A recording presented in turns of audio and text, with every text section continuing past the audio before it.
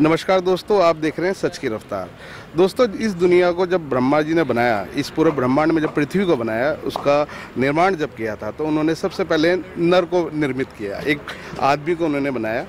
और जब उन्होंने देखा कि आदमी को बनाया पर सृष्टि चलाने के लिए महिला का होना बहुत ज़रूरी है, क्योंकि बिना महिला के साथ सृष्टि नहीं चल पाएगी। उसके बाद ब्रह्मा जी ने एक नारी को निर्मित किया। तो जब नारी आई तो उसके बाद इस सृष्टि का निर्माण हुआ और पूरी ब्रह्मांड धीरे धीरे करके पृथ्वी पे लोग बढ़ते चले गए। महिला जो है वो जीवनदायिनी है। महिला से ही जो है हर व्यक्ति के, हर मनुष्य की उत्पत्ति होती है। और महिला जो है वो एक खूबसूरती की भी देवी कहा जाता है। खूबसूरती की देवी इसलिए भी कहा जाता है क्योंकि महिला से सुंदर कुछ नहीं, क्योंकि ब्रह्मा जी ने खुद उनको निर्मित किया। हमारे साथ डॉक्टर अदिति जी मौजूद हैं और ये भी एक ऐसा काम कर रहे हैं, मैं तो ये कहूँगा ब्रह्मा जी के बाद ये महिलाओं को खूबसूरत बनाने का एक काम कर रहे हैं। मैम, वैसे तो खैर आपके परिचय की ज़रूरत नहीं है, पूरा हिंदुस्तान और पूरी दुनिया आपको जानती है, पर फिर भी मैं चाहूँगा एक छोटा सा परिचय आप अपना दीजिए। जी ज़रूर, शुक्रिया। जैसे आपने कहा वो बहुत सही कहा। मेरा नाम डॉक्टर अदिति गोवित्रिकर है और मैंने इसलिए इस प्रोग्राम को, इस प्लेटफॉर्म को क्रिएट किया है क्योंकि मैं नारी जो सशक्तिकरण है उसे मैं करना चाहती हूँ। क्योंकि जब एक महिला की शादी हो जाती है तो वो खुद की आइडेंटिटी भूल जाती है। वो अपने पति को, अपने फैमिली मेम्बर्स को, अपने बच्चों को प्रायोरिटी देती है। तो उसमें क्या होता है, वो खुद जो करना चाहती है, उसके ड्रीम्स जो है वो पीछे पड़ जाते हैं और उससे फिर बहुत प्रॉब्लम्स होती है। वो चाहे दिखाए नहीं सबको कि नहीं मेरे साथ मुझे ये करना है, लेकिन वो कहीं ना कहीं बाहर निकल के आता है। तो यही मध्य नज़र रखते हुए मैंने ये प्लेटफॉर्म क्रिएट किया है कि जिस छोटी सी बालिका को, लड़की को एक मिस इंडिया बनना था और उसे वो चांस नहीं मिला, लेकिन वो चाहती है कि मैं ब्यूटी पैजेंट में पार्टिसिपेट करूं, लेकिन शादी हो गई है, मिस इंडिया में पार्टिसिपेट नहीं कर सकती। तो जब मैंने मिसेस वर्ल्ड जीता था तो यही सबका मानना था कि अरे शादीशुदा हो, अब क्या ब्यूटी पैजेंट। तो मैंने यही कहा था कि शादी हुई तो क्या हुआ, क्या मैं ब्यूटी पैजेंट में पार्टिसिपेट नहीं कर सकती, क्या मैं ग्लैमरस नहीं हूँ। तो मुझे वही प्रूव करना था और वही आइडिया जो है वो आगे लेने के लिए अब मैं ये चाहती हूँ कि मैं बाकी जो महिलाएं हैं उनको मैं एम्पावर करूँ। और वैसे भी कहते हैं खूबसूरती की कोई उम्र नहीं होती। Of course not. अच्छा मैम, जो महिलाएं जो घरों में रहती हैं, जो कई बार नहीं निकल पाती घरों से, तो उनके लिए क्या संदेश रहेगा? मेरा यही संदेश रहेगा कि आप बात करिए, कम्युनिकेट करिए कि आपको क्या करना है और क्यों करना है। तो मेरे हिसाब से अगर आप कम्युनिकेट करो, बात करो और दिल की बात कहो, एक्सप्रेस करो, तो डेफिनेटली बहुत सारे प्रॉब्लम्स हैं वो सॉर्ट आउट हो सकते हैं।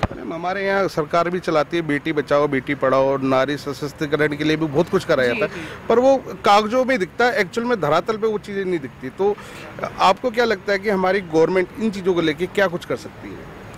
जी, ये अभी हम सबका काम है, क्योंकि मैं नहीं मानती कि सिर्फ सरकार ये चीज़ बदल सकती है।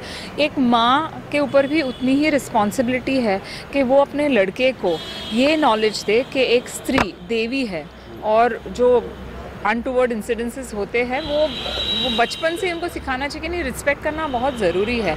ये आप मीडिया लोगों के ऊपर भी उतनी ही रिस्पॉन्सिबिलिटी है कि जो आप अच्छी चीज़ें होती है तो उससे एनहांस करिए, ना कि सिर्फ नेगेटिव चीज़ों को। जो फिल्म्स है, बॉलीवुड है, उसको भी मैं यही आजकल ऐसी फिल्में निकल रही हैं जो बहुत रिग्रेसिव है, जो औरतों को बहुत अच्छे लाइट में नहीं दिखा रही। में भी मैंने देखा फिल्मों में औरतों को आज भी वही, मतलब 20 साल 25 साल पुराना की घरों में कामकाजी औरत दिखाया हुआ है और हीरो आ रहा है, हीरोइन को पीट रहा है। जी, तो वही मैं कहना चाहती हूँ कि ये सब पे रिस्पॉन्सिबिलिटी है, आप पे है, मुझ पे है, आप सब लोगों के ऊपर है। मैम, एक आखिरी सवाल, जो लोग घरों में औरतों को कुछ भी नहीं समझते, मतलब क्या है कि भाई ठीक है औरत है तो भाई एक बच्चा पैदा करने की एक मशीन हो गई है, या काम करना है, या सुबह उठ के, क्योंकि अक्सर हम लोगों ने देखा हमारे घर में भी होता है कि घर में हमारी माएँ, हमारी बहनें हैं, सुबह उठती हैं, काम में लग जाती हैं, सुबह ब्रेकफास्ट, लंच, डिनर।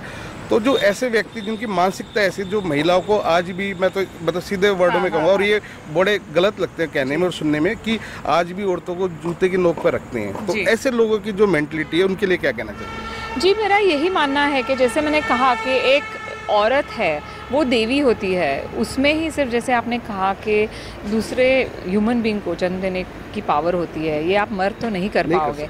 तो अगर आप जो लड़की होती है उसे मार देते हैं कि लड़की नहीं चाहिए।